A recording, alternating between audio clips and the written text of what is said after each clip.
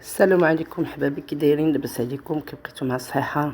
تبقاو وليداتكم؟ نتمنى تكونوا على خير وبخير ان شاء الله، ونلقاكم هذا الفيديو بصحه جيده ان شاء الله. الله يخلينا ويخليكم على خير.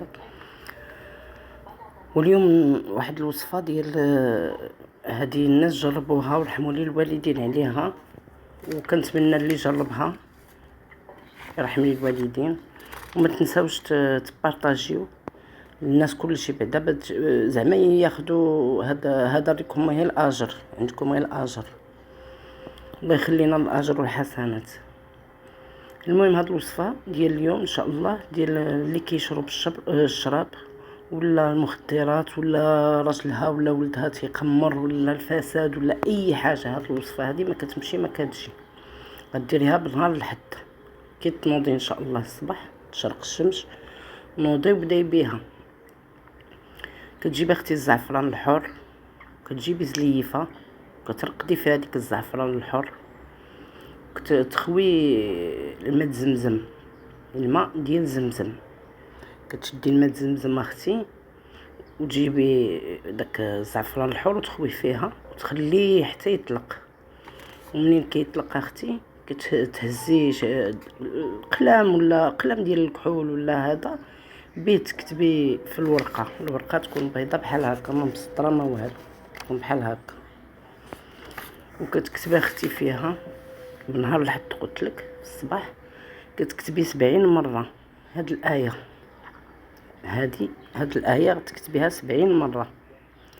بسم الله الرحمن الرحيم، والله خلقكم وما تعملون، والله خلقكم وما تعملون. 70 مره تكتبيها في ديك الورقه، وتشديها اختي وترقديها في تفزقيها في ديك الزلافه نيت اللي كتبتي فيها داك الزعفران، ترقديها تما في داك الماء زمزم وفي داك الزعفران صافي اختي. وكتمشي ديريها تخليها في العشيه تعطيها له يشربها، وتزيدي عليها شويه السكر والماء ورد. كتزيدي على ديك الزليفه الماء السكر، السكر شويه ديال السكر ولا سنيده شي نص معلقه هكاك وواحد شويش الماء ورد، وكتخلي داك الورقه تتفزق. من بعد اختي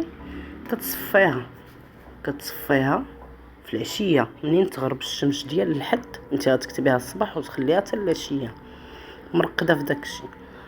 وفي العشيه اختي كتقبطيها وتعطيها لداك الشخص يشرب داك الماء. تبقى ديريها له 7 الحدوده، كل حد ديري له نفس هذا.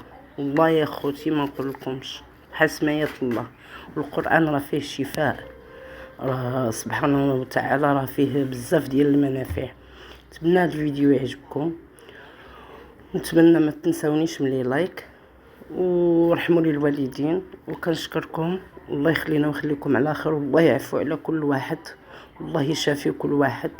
وشكرا لكم على الكومنتيرات ديالكم، كنشكركم بزاف. وما تنساوش اخوتي ديروا بها الاجر، صيفطوها للناس باش تعمل فائده على كل شيء. وكنشكركم بزاف من هذا المنبر. وكنشكر الاخت هي خديجه اللي جربت هي لولدها هذه ونجحت لها الحمد لله القضيه. ما يكونوا وليدات المسلمين اجمعين. يلا اخوتي السلام عليكم، الفيديو واحد اخر.